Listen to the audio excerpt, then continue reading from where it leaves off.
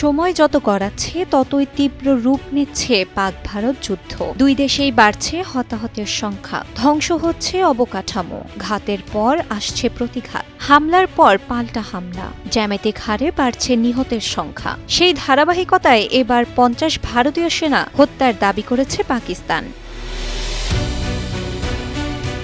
ইসলামাবাদ দাবি করেছে ভারতের বিমান হামলার জবাবে পাল্টা বেসামরিক অভিযান চালিয়ে 40 থেকে 50 জন ভারতীয় সেনাকে হত্যা করা হয়েছে এবং ভারতের সামরিক স্থাপনাগুলোতে গোলাবর্ষণ করা হয়েছে। এই খবর প্রকাশ করেছে যুক্তরাজ্য ভিত্তিক সংবাদ মাধ্যম দ্য ইন্ডিপেন্ডেন্ট।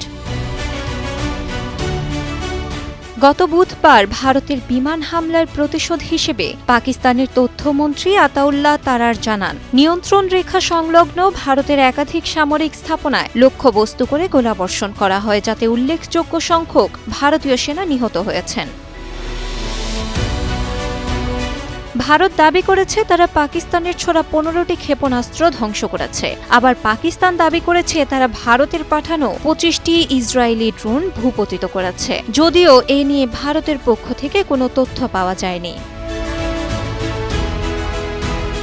ভারতীয় পুলিশ সূত্রে জানা গেছে, পাকিস্তানের গোলাবর্ষণের ফলে জম্মু কাশ্মীরে কমপক্ষে 16 জন বেসামরিক নাগরিক ও 1 জন ভারতীয় সেনা নিহত হয়েছেন। এতে সীমান্তবর্তী এলাকার বাসিন্দারা নিরাপত্তার জন্য গ্রাম ছেড়ে পালিয়ে যাচ্ছেন। পাকিস্তানের দাবি করা 40 থেকে 50 জন সেনা নিহতের বিষয়ে ভারত এখনো কোনো প্রতিক্রিয়া জানায়নি। তবে ভারতীয় সংবাদ মাধ্যমগুলো জানাচ্ছে, সীমান্তে গোলাবর্ষণে 1 জন সেনা ও 12 জন বেসামরিক নাগরিক নিহত হয়েছেন।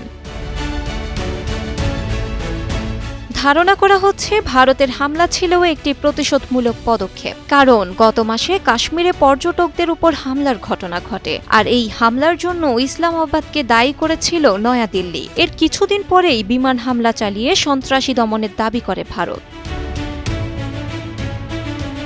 কাশ্মীর ইস্যুতে ভারত পাকিস্তানের উত্তেজনা দীর্ঘদিনের, তবে সাম্প্রতিক এই সংঘাত পরিস্থিতিকে আরও অস্থিতিশীল করে তুলেছে।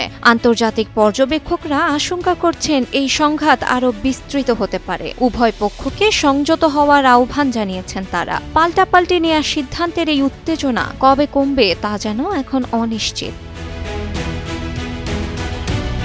শিলা ইসলাম, সময়ের আলো।